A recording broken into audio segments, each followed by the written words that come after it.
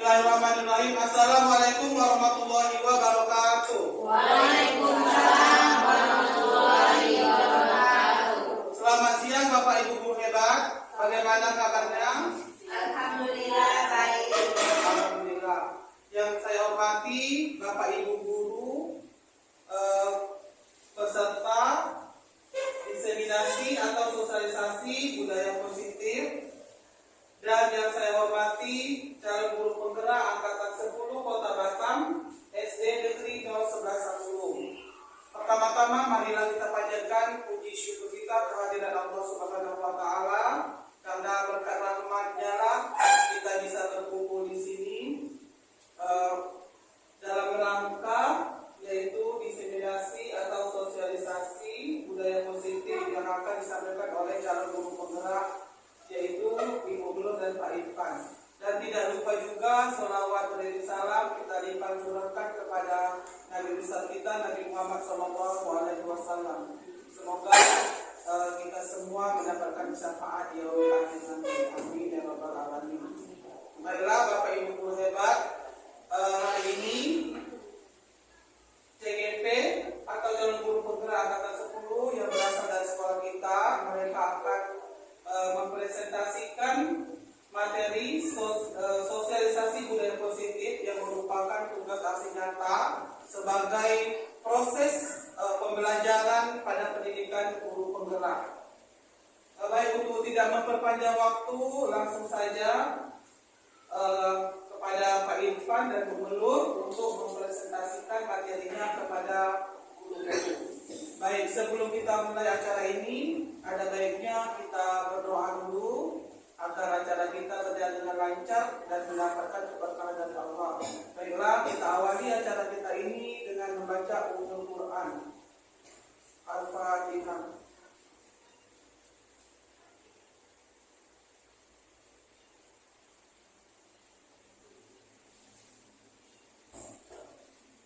Berdoa selesai, semoga acara kita hari ini berjalan dengan lancar dan kita semua mendapatkan ilmu yang bermanfaat dari teman kita CGP angkatan 10 yaitu Pak Irfan dan Bu Nur.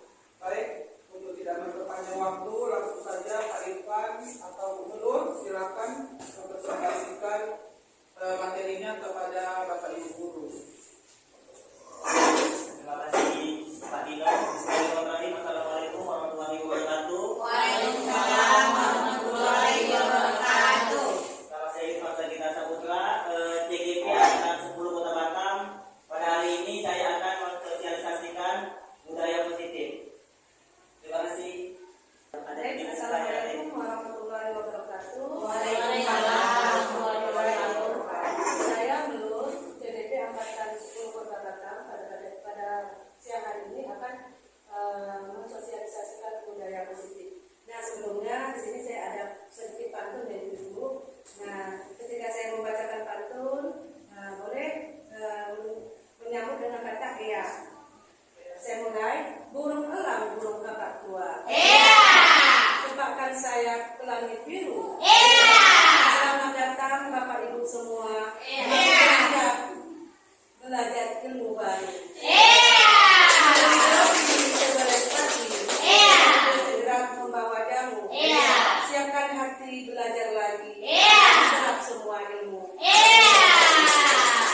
Baiklah, Bapak Ibu semuanya. Selamat datang di sosialisasi budaya positif, yaitu posisikan diri Anda pada posisi terbaik untuk mendapatkan informasi dan pengalaman. Nah, di sini saya akan menjelaskan apa itu budaya positif. Budaya positif adalah budaya positif di sekolah ialah nilai-nilai keyakinan dan kebiasaan-kebiasaan di sekolah yang berpihak pada murid agar murid dapat berkembang menjadi pribadi yang kritis, berpengalaman dan bertanggung jawab. Nah, di budaya positif pada modul 1 Merdeka Pelajari, di sini ada perubahan paradigma belajar, disiplin positif, keyakinan kelas, motivasi perilaku manusia, segitiga restitusi, kebutuhan data manusia dan teori kontrol dan posisi kontrol manusia. Nah, nanti akan kami jelaskan. Nah, yang pertama, perubahan paradigma belajar. Perubahan paradigma belajar yaitu disiplin diri.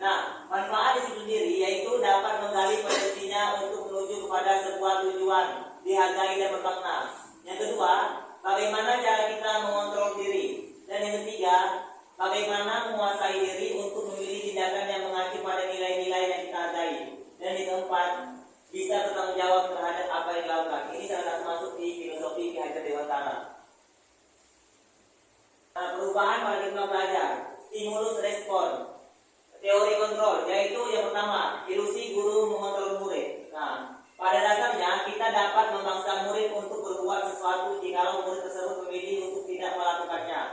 Walaupun tampaknya kita sedang mengontrol perilaku murid tersebut, hal ini karena murid tersebut sedang mengizinkan dirinya sendiri untuk kontrol. Saat itu bentuk kontrol guru menjadi kebutuhan dasar yang dipilih murid tersebut. Teori kontrol menyatakan bahwa semua perilaku memiliki tujuan, bahkan terhadap perilaku yang sesuai ya. Yang kedua, ilusi bahwa semua penguatan positif, efektif, dan bermanfaat. Penguatan positif atau bujukan adalah bentuk-bentuk kontrol segala usaha untuk mempengaruhi murid agar mengulangi sesuatu perilaku tertentu. Adalah suatu usaha untuk mengontrol murid tersebut dalam jangka waktu tertentu. Kemungkinan murid tersebut akan menyadari dan mencoba untuk menolak bujukan kita, atau bisa jadi murid tersebut menjadi tergantung pada pendapat sang guru untuk berusaha. Selanjutnya yaitu tentang ilusi bahwa kritik akan membuat orang merasa bersalah dapat menguatkan karakter. Nah, di sini menggunakan kritik dan rasa bersalah untuk mengontrol murid menuju pada identitas gagal. Mereka belajar untuk merasa buruk tentang diri mereka. Mereka mengembangkan diri yang negatif. Kadang, kalau sulit bagi guru untuk mengidentifikasi bahwa mereka melakukan perilaku ini karena seringkali guru cukup menggunakan suara halus untuk menyampaikan pesan negatif.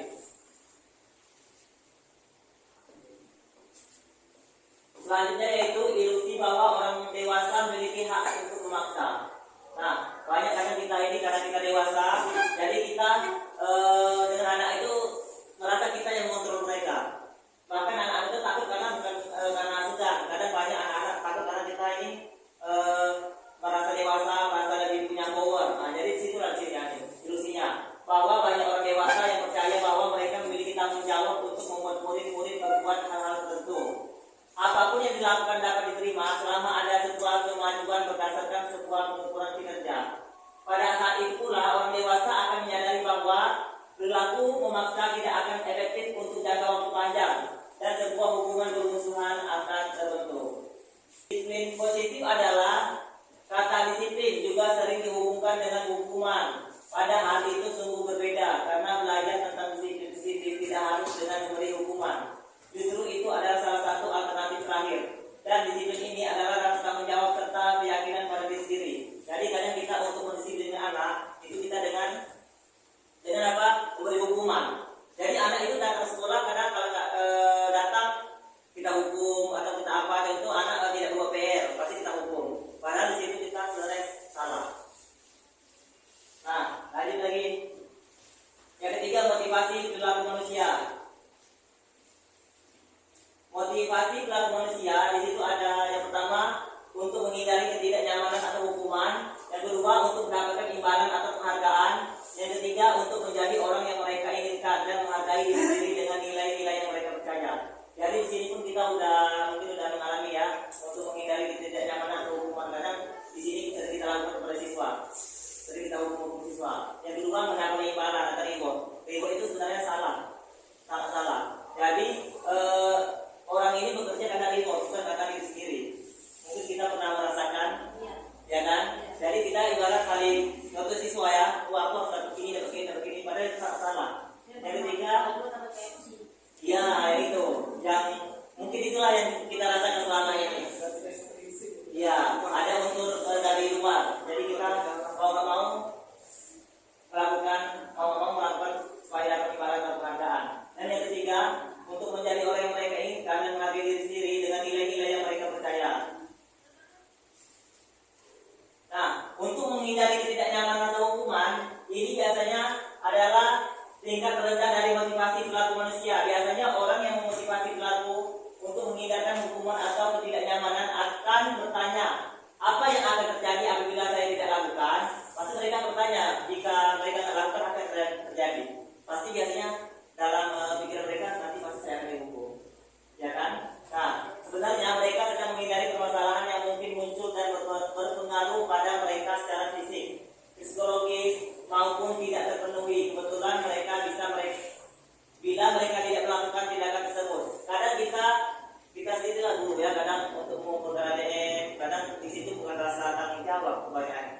saya sendiri lah tentunya. Kadang karena takut, rasa takut. Jadi itu bukan karena tanggung jawab. Memang tidak dari kesadaran kita ya diri sendiri. Jadi karena nanti atau diapain atau apa kayak gitu. Jadi itulah kadang yang perlu untuk saya pribadi yang perlu saya ubah. Tapi SKP rendah betul Pak Dino. Lanjut lagi. Yang kedua, untuk mendapatkan imbalan atau penghargaan, satu tingkat diatur motivasi. Yang pertama, di sini orang berperilaku untuk mendapatkan imbalan atau penghargaan dari orang lain. Orang dengan motivasi ini akan bertanya, apa yang akan saya dapatkan apabila saya melakukannya? Mereka melakukan sebuah tindakan untuk mendapatkan pujian dari orang lain yang menurut mereka penting dan mereka letakkan dalam dunia berkualitas mereka. Mereka juga melakukan sesuatu untuk mendapatkan hadiah, pengakuan dan imbalan. Di sini yang paling sering terjadi di sini. Kita kadang melakukan sesuatu yang pertama untuk mendapatkan hadiah, pengakuan dan imbalan. Yang paling sering di suatu instansi itu paling banyak itu kadang kita ini minta pengakuan. Pengakuan dari siapa? Dari pimpinan. Mungkin kita pernah merasakan semua ya di sini. Lanjut lagi. Yang ketiga, menjadi orang yang mereka inginkan dan menghargai diri sendiri dengan nilai-nilai yang mereka percaya. Nah, orang dengan motivasi ini akan bertanya, akan menjadi orang yang seperti apa bila saya melakukannya? Mereka melakukan sesuatu karena nilai-nilai yang mereka yakini dan hargai. Dan mereka melakukannya karena mereka ingin menjadi orang-orang yang melakukan nilai-nilai mereka yakini tersebut. Ini adalah motivasi yang akan membuat seseorang memiliki disiplin positif. Karena motivasi berlaku bersifat internal dan bukan eksternal. Nah, di sini yang kita lakukan. Jadi kita memang harus dari diri kita sendiri, kesadaran kita sendiri. Jadi kita apalagi kita menjadi guru, itu kan udah pilihan, udah panggilan hati bahasanya. Nah, jadi kita memang udah tahu di guru ini, apalagi di guru ini kita memang ada membuat HDM, apalagi kita ikut aturan kota-kota, membuat simpen, membuat ledahan dan semuanya. Ini berdasarkan diri kita sendiri. Kadang ini saya rasakan ya. Contoh membuat bukti kinerja itu karena takut dapat TPP. Iya. Takut dapat TPP, mau buat. Jadi itulah yang perlu saya ubah. Yang mungkin mudah-mudahan dari sinilah dari budaya yang saya pelajari ini mudah-mudahan bisa mengubah step by step sedikit demi sedikit mindset yang ada yang salah ibaratnya gitu ya. Lanjut seterusnya yaitu tentang keyakinan kelas. Ini yang sering kita lakukan dan yang akan kita lakukan selanjutnya, yang akan pelajaran akan tahun ajaran baru. Yang pertama yaitu keyakinan kelas. Keyakinan kelas, hukuman dan penghargaan. Nah, mengapa keyakinan kelas? Mengapa keyakinan kelas? Mengapa tidak peraturan kelas? Ada yang tahu nggak? Mengapa harus keyakinan kelas? Dapat aturan kelas? Nah, di sini bisa saya jelaskan ya. Karena kita dibutuhkan ini pertanyaan berikut ilustrasinya adalah mengapa kita memiliki peraturan tentang penggunaan helm pada saat mengendarai kendaraan roda 2 atau motor? Kemungkinan jawabannya adalah untuk keselamatan. Nah, pertanyaan berikutnya adalah mengapa kita memiliki peraturan tentang penggunaan masker dan mencuci tangan setiap saat? Mungkin jawabannya adalah untuk kesehatan dan keselamatan. Jadi di sini keyakinan kelas ini adalah dia sebenarnya peraturan yang kita sepakati sama-sama. Jadi di situ tidak ada sifat paksaan. Kalau peraturan dulu kan kita buat siswa tidak boleh datang sekolah, siswa kalau terlambat kena hukuman. Yang sini yang salah. Seharusnya keyakinan kelas ini kita buat sesuai kesepakatan kita sama siswa. Yang kesadaran. Dan di sini anak-anak itu harus yakin. Jadi dari sebenarnya pertama kesepakatan kelas dulu. Kalau kesepakatan kelas itu biasanya ada konsekuensinya. Terus kalau keyakinan, di sini sebenarnya mereka yang dipikirkan bukan konsekuensinya. Memang kayak gini contoh, kita wajib pakai helm. Helm itu kalau kita nggak pakai, itu sebenarnya hilang. Nah itu yang salah menjadi hilang. Itu keselamatan kita. Sebenarnya polisi, jadi polisi itu aturan itu setelah itu selain kita pakai helm, itu untuk diri kita sendiri. Selamat. Terus contoh juga tadi tentang masker. Kadang kita masker itu aturan pemerintah, waktu COVID pakai masker, pakai apa? Sebenarnya pakai masker masker itu supaya kita tidak terkena virus corona dulu atau kita flu atau apa biar tak menyebar ke orang lain. Nah disitulah keyakinan yakin. Contohnya kita beragama juga ya, kita yakin dengan pilihan agama kita. Itu kita memang yakin dari diri sendiri. Apapun eksternal dari luar itu nggak bakalan kita terpengaruh kalau iman kita kuat. Nah, ya kita yakin. Nah, nilai-nilai keselamatan atau kesehatan inilah yang kita sebut sebagai suatu keyakinan, yakni nilai-nilai kebajikan atau prinsip-prinsip universal yang disepakati bersama secara universal. Secara universalnya secara luas ya kita yakini, lepas dari latar belakang suku, negara, bahasa maupun agama. Menurut Goshen 1998, suatu keyakinan akan lebih memotivasi seseorang dari dalam atau memotivasi secara intrinsik. Jadi memang dari hati kita, dimulai dari diri. Nah, seseorang akan lebih tergerak dan bersemangat untuk menjalankan keyakinan daripada hanya sekedar mengikuti serangkaian peraturan. Murid-murid pun demikian. Mereka perlu mendengarkan dan mendalami tentang suatu keyakinan daripada hanya mendengarkan peraturan-peraturan yang mengatur mereka harus berlaku begini atau begitu. Makanya sekarang pun kita lihat anak di zaman era sekarang. Karena mereka karena takut aturan, jadi mereka tidak yakin. Kadang hal-hal yang kita kasih nilai-nilai yang baik, nilai-nilai positif itu karena mereka cuma didengarkan di sekolah, belum tentu di luar mereka laksanakan. Nah, selanjutnya yaitu tentang Pancasila, nanti bisa dilanjutkan dengan Gubernur. Ini keyakinan kelas, hukuman dan penghargaan. Mengapa keyakinan kelas? Mengapa tidak peraturan sekolah? Tidak peraturan kelas. Nah di sini saya jelaskan sedikit. Kenapa kita harus keyakinan kelas, tidak peraturan sekolah? Karena peraturan sekolah itu bersifat sementara. Contohnya seperti ini. Kita biasanya peraturan sekolah misalnya tiket. Kalau kita nggak tiket, pasti anak-anak berasumsi itu nanti dihukum sama ibu gitu. Mereka akan berpikiran seperti itu. Tapi jika di sini kita berkeyakinan kelas, ya maka anak-anak akan berkeyakinan jika mereka tiket, maka kelas mereka akan bersih, terhindar dari penyakit dan bermacam-macam. Ya, jadi di sini bedanya keyakinan kelas dan peraturan sekolah salah satunya di situ. Ya, selanjutnya, nah ada pertanyaan berikut. Pertanyaan berikut adalah mengapa kita memiliki peraturan tentang penggunaan helm pada saat mengendarai kendaraan roda 2 atau motor? Nah, di sini salah satu contoh tentang keyakinan ya. Nah, kemungkinan jawaban adalah untuk keselamatan. Tapi mereka meyakinkan dengan mereka menggunakan helm ya ketika berkendaraan, mereka akan mempunyai keyakinan bahwa ini untuk keselamatan, bukan untuk ditilang. Mungkin kalau ditilang itu termasuk peraturan. Dan selanjutnya pertanyaan berikutnya adalah mengapa kita memiliki peraturan tentang penggunaan masker dan mencuci tangan setiap saat. Nah, mungkin jawabannya adalah untuk kesehatan atau keselamatan. Nah, ini juga contoh tentang keyakinan. Baik, selanjutnya nilai-nilai keselamatan atau kesehatan inilah yang kita sebut sebagai sebuah keyakinan, yaitu nilai-nilai kebajikan atau prinsip-prinsip universal ya, yang mana tadi universal yaitu menyeluruh ya atau luas ya, yang disepakati bersama secara universal, lepas dari latar belakang suku, negara, bahasa maupun agama. Nah, menurut dosen ya tahun 1998, suatu keyakinan akan lebih memotivasi seseorang dari dalam, akan memotivasi secara intrinsik. Ya, intrinsik ini maksudnya dari dalam. Seseorang akan lebih tergerak dan bersemangat untuk menjalankan keyakinannya daripada hanya sekedar mengikuti serangkaian peraturan. Murid-murid pun demikian, mereka perlu mendengarkan dan mendalami tentang suatu keyakinan daripada hanya mendengarkan peraturan-peraturan yang mengatur mereka harus berlaku begini atau begitu. Nah, biasanya kalau peraturan-peraturan ini berasal dari luar, ya.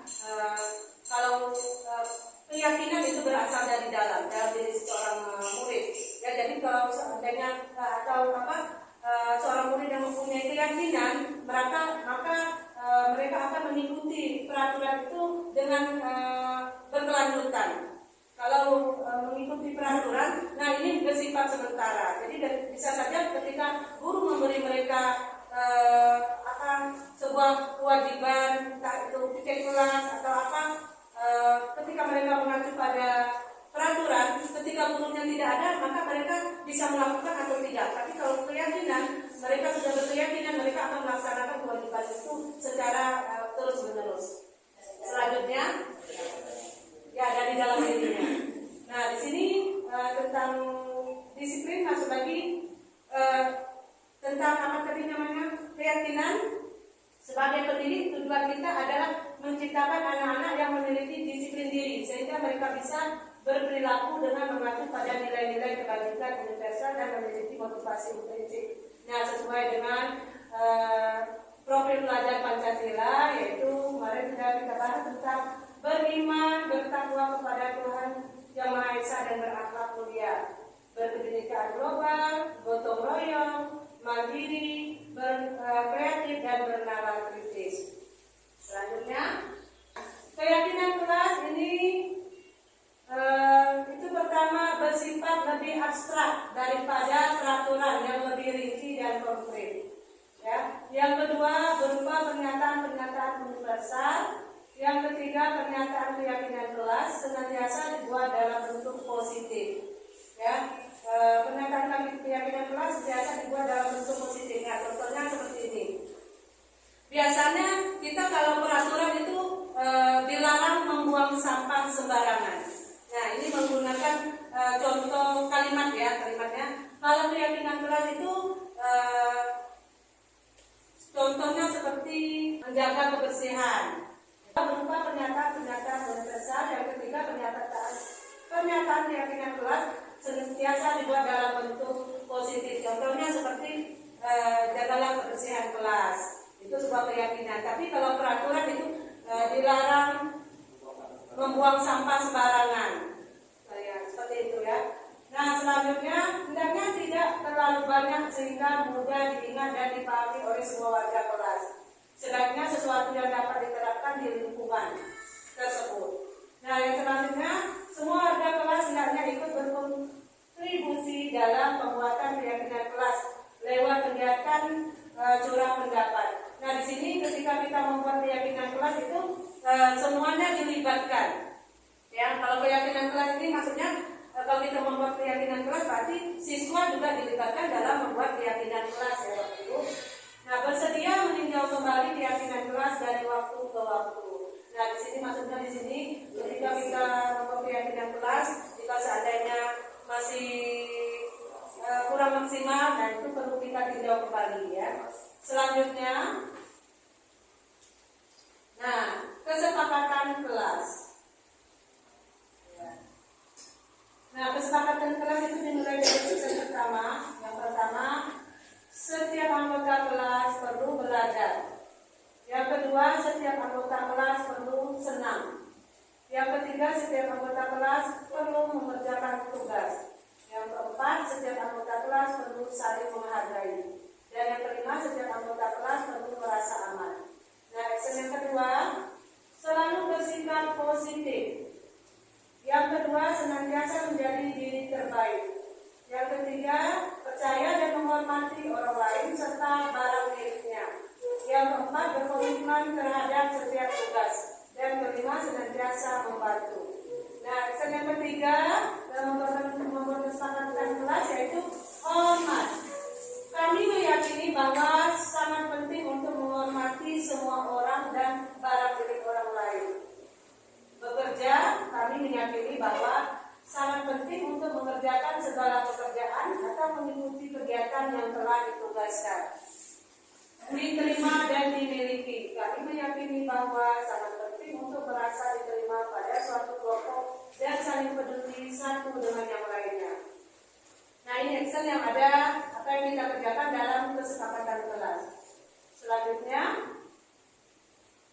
nah di sini ada 5 kebutuhan dasar manusia. Nah, kebutuhan dasar manusia itu yang pertama ada kebutuhan untuk bertahan hidup. Yang kedua, cinta dan kasih sayang, kebutuhan untuk diterima. Yang ketiga yaitu kesenangan, kebutuhan untuk merasa senang. Keempat, penguasaan. Di sini penguasaan itu adalah kebutuhan pengakuan atas kemampuan. Dan kelima, kebebasan. Kebebasan itu adalah kebutuhan akan pilihan. Nah, di sini ada posisi kontrol. Posisi kontrol ini itu ada posisi penghukum, ada posisi pembuat merasa bersalah, ada posisi teman, ada posisi pemantau, dan ada posisi manajer. Selanjutnya, nah di sini pertama posisi penghukum. Nah, posisi penghukum itu seseorang penghukum bisa menggunakan hukuman fisik maupun verbal. Orang-orang yang menjalankan posisi penghukum senantiasa mengatakan bahwa sekolah memerlukan sistem atau alat yang dapat lebih menekan murid-murid lebih dalam lagi. Guru-guru yang menerapkan posisi penghukum akan berkata, patuhi aturan saya atau awas kamu. Ya, selalu saja salah, selalu yang terakhir selesai. Guru seperti ini senantiasa percaya hanya ada satu cara agar pembelajaran bisa berhasil, yaitu cara dia. Ya, posisi penghukum ini adalah posisi yang salah satunya posisi yang tidak perlu kita gunakan ketika belajar atau berada di dalam posisi kita. Ya, nanti kita lihat ya. Nah, posisi penghukum ini tidak harus ada dalam diri kita sebagai seorang pendidik, ya Ibu-ibu. Oke, selanjutnya posisi membuat orang merasa bersalah. Nah, pada posisi ini biasanya guru akan bersuara lebih lembut, ya, membuat orang merasa bersalah, akan menggunakan kelentingan yang membuat orang lain merasa tidak nyaman, bersalah atau rendah diri. Nah, contoh salah satunya seperti ini. Ayo anak-anak ibu, kita membersihkan halaman kelas kita. Nanti kita ibu kena marah kepala sekolah loh. Nah, salah satu ini contoh posisi membuat orang merasa bersalah. Ya. Nah, selanjutnya ada lagi posisi teman. Nah, pada posisi ini guru tidak akan menyakiti murid, namun akan tetap berupaya mengontrol murid melalui persuasi. Posisi teman pada guru bisa negatif ataupun positif. Positif di sini berupa hubungan baik yang terjalin antara guru dan murid. Posisi teman. Nah, di posisi teman ini guru pada posisi ini tidak akan menyakiti murid, namun akan tetap berupaya mengontrol murid melalui persuasi. Posisi teman pada guru bisa negatif ataupun positif. Positif di sini yaitu berupa hubungan baik yang terjalin antara guru dan murid. Guru posisi teman menggunakan hubungan baik dan humor untuk mempengaruhi seseorang. Mereka akan berkata, ayo bantulah demi Bapak ya. Nah, ayo ingat tidak bantuan Bapak selama ini. Iya, sudah kali ini tidak apa-apa, nanti Ibu bantu bereskan. Nah, hal negatif dari posisi teman adalah bila suatu saat guru tersebut tidak membantu, maka murid akan kecewa dan berkata, saya pikir Bapak Ibu teman saya. Nah, ini salah satu hal negatif jika posisi sebagai teman. Ya, murid merasa dikecewakan, tidak mau lagi berusaha. Hal ini yang mungkin timbul adalah murid hanya akan bertindak untuk guru tertentu dan tidak untuk guru lainnya. Murid akan tergantung pada guru tersebut. Oke, selanjutnya posisi monitor atau pemantau. Nah, di posisi ini ya berarti guru mengawasi pada saat kita mengawasi, kita bertanggung jawab.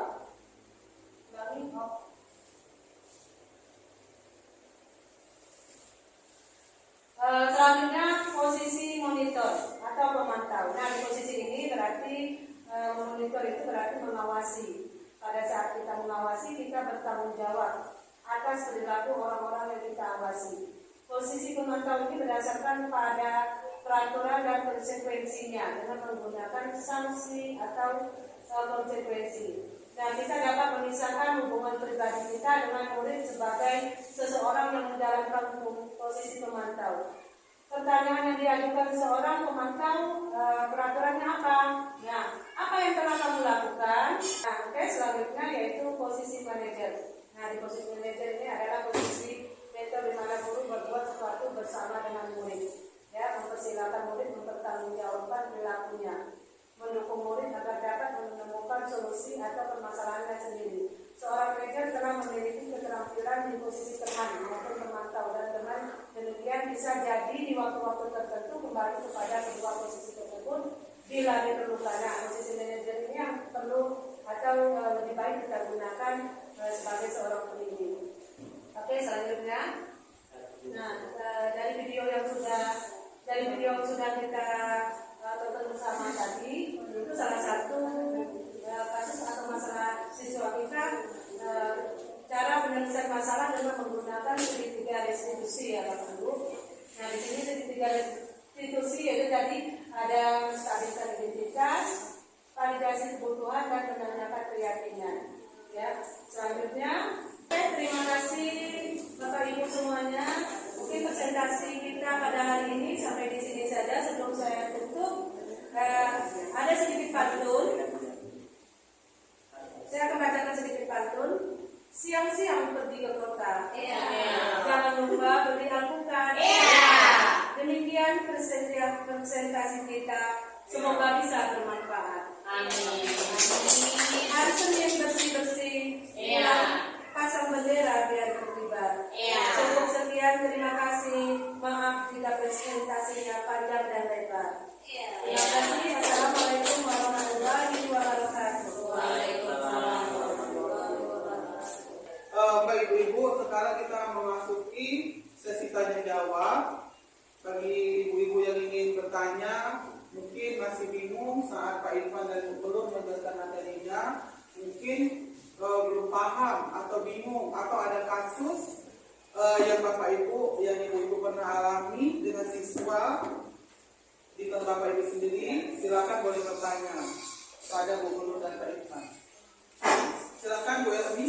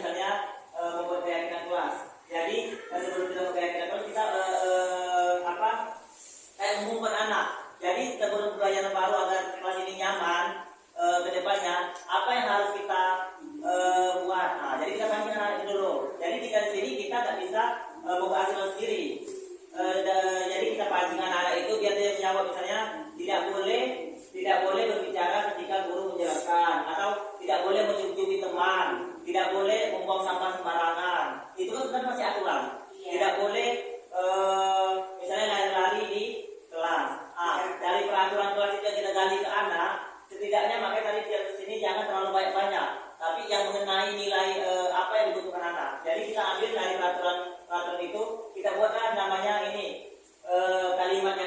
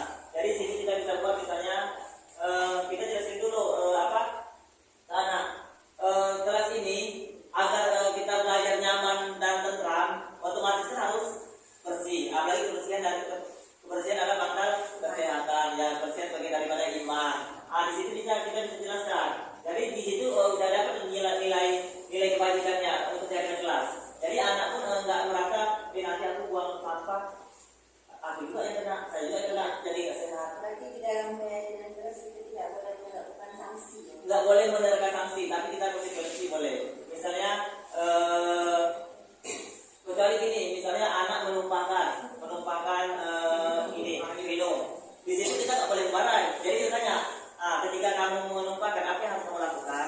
Oh iya Pak, saya menyalakannya. Jadi di situ kita mengajar anak tanggung jawab. Jadi pun kita tuh tidak membuat anak menghakimi anak, menjus anak. Oh kamu salah karena itu kan kadang salah kan. Apalagi kita nggak tahu di sini pun termasuk beragam ya, heterogen ya, untuk masyarakatnya berbaik. Kita nggak tahu kadang anak-anak di sini latar belakang itu berbeda-beda. Itu paling sangat mempengaruhi dalam pembelajaran. Itu Bu. Jadi sebelum kita buat keyakinan kelas kita gali apa yang mereka butuhkan. Kadang anak-anak kelas untuk anak kelas 3 ke atas itu udah paham. Yang harus ekstra kerja kelas itu anak kelas 1 Bu Wiwi.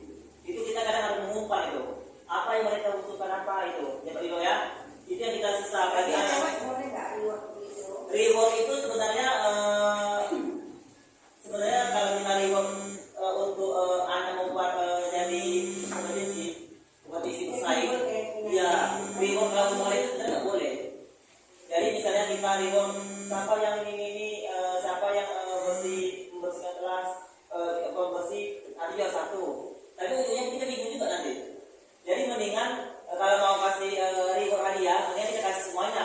Jadi di situ anak tidak ada di ibarat merasa aku begini. Mungkin kita pernah ada posisi situ. Ya, kita di sini merasa tidak dianggap. Jadi mendingan kalau kita misalnya ada permen 10, ada permen 36, ada 36, kasih aja salah satu.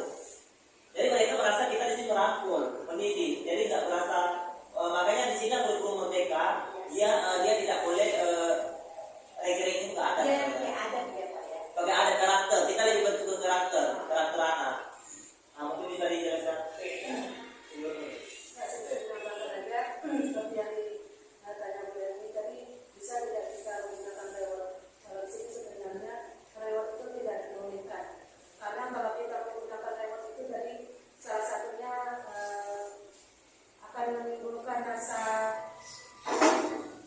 iri, cemburu, iri. Nah, dan reward itu gini, anak-anak akan bekerja tidak sesuai dengan keinginannya. Dan artinya mereka hanya termotivasi oleh reward tersebut. Mereka akan melakukan jika ada reward. Nah, jadi nanti kalau suatu hari tidak ada reward dengan sesuatu kegiatan yang akan mereka lakukan, mereka akan tidak mau atau enggan melakukannya. Nah, di sini ada contoh, misal hari ini kita anak-anak ibu misalnya. Siapa yang tiket kelas terbaik dalam minggu ini, ibu akan kasih misalnya 1 buah pensil untuk 1 anak yang tiket dalam 1 kelompok tiketnya. Nah, misalnya jika kita seorang gurunya sakit atau apa tidak berhalangan digantikan oleh guru lain, belum tentu guru yang lain juga tahu cara kita memberikan penghargaan ke anak. Nah, bisa saja nanti ketika digantikan oleh guru yang lain karena tidak ada rewardnya, anak tersebut akan enggan melakukan hal tersebut. Nah, jadi untuk sistem reward dalam memberi prestasi atau motivasi kepada anak itu dilarang, tidak diperbolehkan lagi sekarang. Seperti itu Bu Eni ya. Terima kasih. Jadi kita bahas sedikit. Jadi solusinya kalau misalnya kita mau membagikan reward ibarat kayak hadiah, itu mendingan kita kasih semuanya. Jadi misalnya semua 1 anak dapat pensil ya. Jadi di 6 aja kasih semuanya. Jadi mudah-mudahan anak yang tidak mau belajar, dia kan aku dikasih pensil. Mudah-mudahan di situ ada motivasi. Setelah lama kita kasih motivasi ke dia juga kan. Ke motivasi kita kasih motivasi. Reward pun sebenarnya nggak berupa barang juga. Sebenarnya kita kasih apresiasi, misalnya terima kasih, tepuk tangan. Nah itu kasih semangat aja itu udah. Itu tapi secara menyeluruh. Secara boleh menyeluruh. individual sebenarnya. Ayo sama-sama kita tepuk tangan untuk kita bersama misalnya. Nah, jangan tepuk tangan untuk Bu Erni misalnya. Itu tidak bersalah. Jadi kalau ketika kita mau memberi reward berupa tepuk tangan, ayo untuk kita semuanya. Semuanya kita semuanya sama bebas kayak gitu. Oke ya. Oke. Ada lagi? Mungkin Ada yang mau ditanyakan lagi Bu Wiwi? atau yang di sini? Bu Pia, Bu Mungkin Surya. semuanya kita pernah merasakan tentang tentang posisi kontrol tadi. Ya. Sudah ada pertanyaan nih. Ya. Ayo silakan.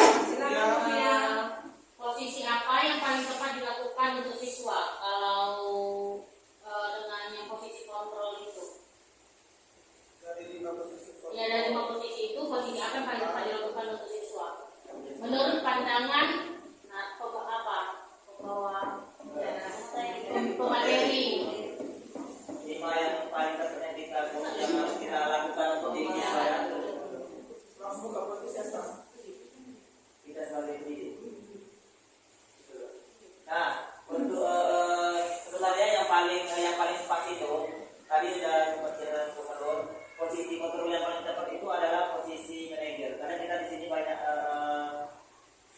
saya pribadi, karena kita banyak melakukan kayak buku yang bilang nanti kalau misalnya kelas datang, ya udah berdiri di depan. Kadang kita nggak tanya lagi, kadang anak itu nggak buat PR, pasti kita marah-marah gitu loh. Oh nanti ya udah tinggal kelasnya kalau begini malas sekali. Apalagi anak-anak kita pasti ada satu kelas itu ada yang bisa baca, yang bisa nulis. Di situ lah mulai emosi kita tuh mulai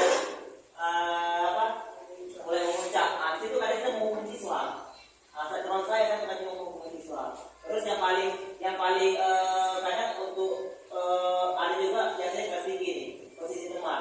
Di sini pun kita nggak boleh juga posisi teman. Kadang kita anggap siswa ini sahabat kita, tapi di sini kadang banyak yang harus kontrol. Makanya banyak kejadian negatif.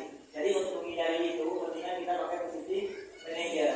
Nah, posisi manajer ini adalah posisi di mana guru berbuat sesuatu bersama dengan murid. Jadi kita sama-sama mempersilakan murid mempertanggungjawabkan perilaku dan mendukung murid agar dapat menemukan solusi atas permasalahan sendiri. Kayak tadi contohnya, misalnya di sini ada 2 siswa tak sengaja tumpah.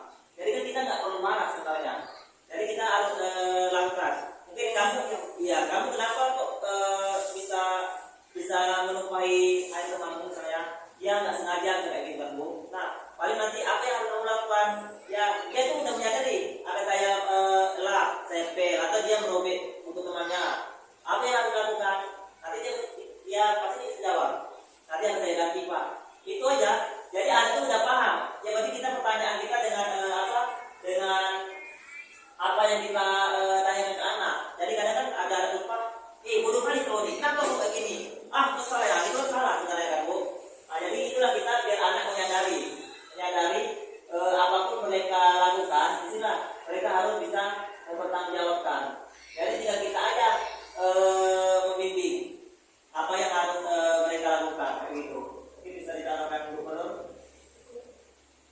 Oke ya. Jadi kadang mudah-mudahan kita di sini pun bisa lah mengubah step by step dari posisi manager. Karena saya yakin pasti semuanya kadang kita merasakan yang 4 ini pasti pernah kita melakukan. Kalau saya lihat Bu Iwi mungkin cukup sabar ya, tapi kalau saya hukum,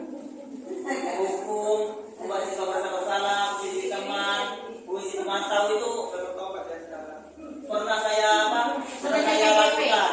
Manajer itu kadang pernah, tapi lebih banyak tempat ini. Kadang anak dulu saya sering jadi kawan mabar. Untuk dia memancing dia belajar. Itu mabar tuh manajer, belajar ke sini, karena dia itu baru belajar. Tapi anehnya disupport banget sama orang tuanya. Mungkin itu. Oke. Udah, ada pertanyaan lagi? Baiklah, terima kasih atas perhatiannya. Mungkin ulang aja Bang. Oke Bang. Terima kasih atas perhatiannya. Mohon maaf jika ada kesalahan. Wabillahi taufiq wal hidayah. Wassalamualaikum warahmatullahi wabarakatuh. Waalaikumsalam warahmatullahi wabarakatuh. Aplaus kepada kita, Pak CGP hebat, Pak Irfan dan Bu Gubernur. Baik, terima kasih Pak Irfan dan Bu Gubernur yang sudah mempresentasikan diseminasi budaya positif kepada rekan sejawat kita di sekolah.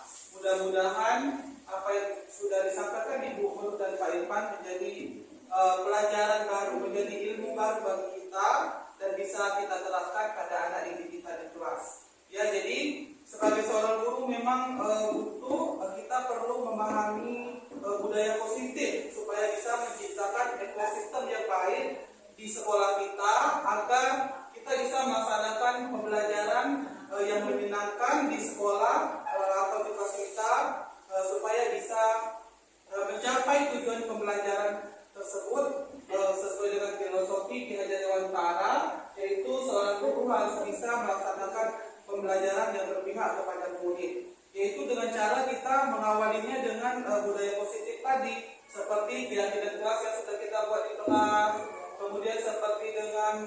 memahami dengan posisi kontrol guru yang barusan kita bahas. Memang posisi kontrol itu yang bagus adalah posisi manajer, ya. Saya juga pernah mengalami posisi sebagai penghukum, tanpa menanya kita langsung emosi. Alhamdulillah semenjak saya gugur penggerak, saya panggil anak tersebut, ya saya praktekkan dengan menerapkan segitiga diskusi. Jadi posisi manajer itu contohnya tadi yang ada video yang sudah kita simak bersama, video gubernur tadi, itu posisi kita sebagai manajer. Jadi kita pertama-tama anak-anak kita panggil, kita stabilkan identitasnya dulu. Kenapa kamu melakukan hal itu? Tapi ada alasannya. Nanti dia jawab, karena dia ini Pak, dia tadi merobek buku saya, jadi marah-marah Pak, saya tak terima. Setelah itu kita setelah menstabilkan identitas, kita validasi tindakan yang salah. Oh, kira-kira dengan merobek buku itu, apakah perbuatan yang baik? Nanti dia jawab. Jadi kita di posisi manajer itu kita bukan menghukum anak, memarah langsung. Kamu ini kasih kamu ada yang buat masalah. Kadang-kadang kita pernah seperti itu. Kita juga pernah mengalami. Kamu terus ya, kamu nggak. Saya juga pernah ya. Nanti bapak gimana kepala sekolah dong? Gini nanti kamu selalu terlontar kata-kata kita seorang guru seperti itu ya. Itu tidak menarik bapak itu. Saya rasa semua kita sudah mengalaminya. Jadi posisi yang bagus itu adalah posisi manajer. Jadi setelah itu kemudian setelah memvalidasi tindakan yang salah, baru yang setelah itu mengajarkan keyakinan. Jadi saya harap kita semua di sini bisa menerapkan budaya positif yang ada di sekolah kita. Jadi dengan mulai sekarang kita tidak ada lagi posisi sebagai sebagai menghukum, membuat rasa bersalah. Kasihan anak itu bisa down, kena mentalnya, udah takut duluan dia. Tapi kalau kita melaksanakan segitiga diskusi sebagai manajer, dia akan jujur. Jadi kita itu tidak menuntut untuk memarahi dia, tidak. Dengan sendiri dia akan menyelesaikan. Kita mengajak bersama untuk menyelesaikan atau mencari solusi. Di situ kita 4 mata, 2 orang anak bersama kita. Jadi kita akan menyelesaikan masalah itu. Bapak ingin kamu menyelesaikan masalah ini. Ya, jadi bukan kita ingin menjadi dia di situ, menghukum dia, mencari kesalahan dan sebagainya. Jadi hari ini alhamdulillah kita mendapat ilmu baru dari CGT kita. Baik, saya rasa sudah cukup ya. Terima kasih sekali lagi kepada Guru dan Pak Ivan karena waktunya juga sudah lama ya, udah 1 jam lebih. Saya selaku MC mohon maaf jika ada kesalahan dalam berbicara, jika ada kata-kata salah atau yang kurang berkenan di hati ibu-ibu semua. Saya tutup, saya akhiri. Assalamualaikum warahmatullahi wabarakatuh.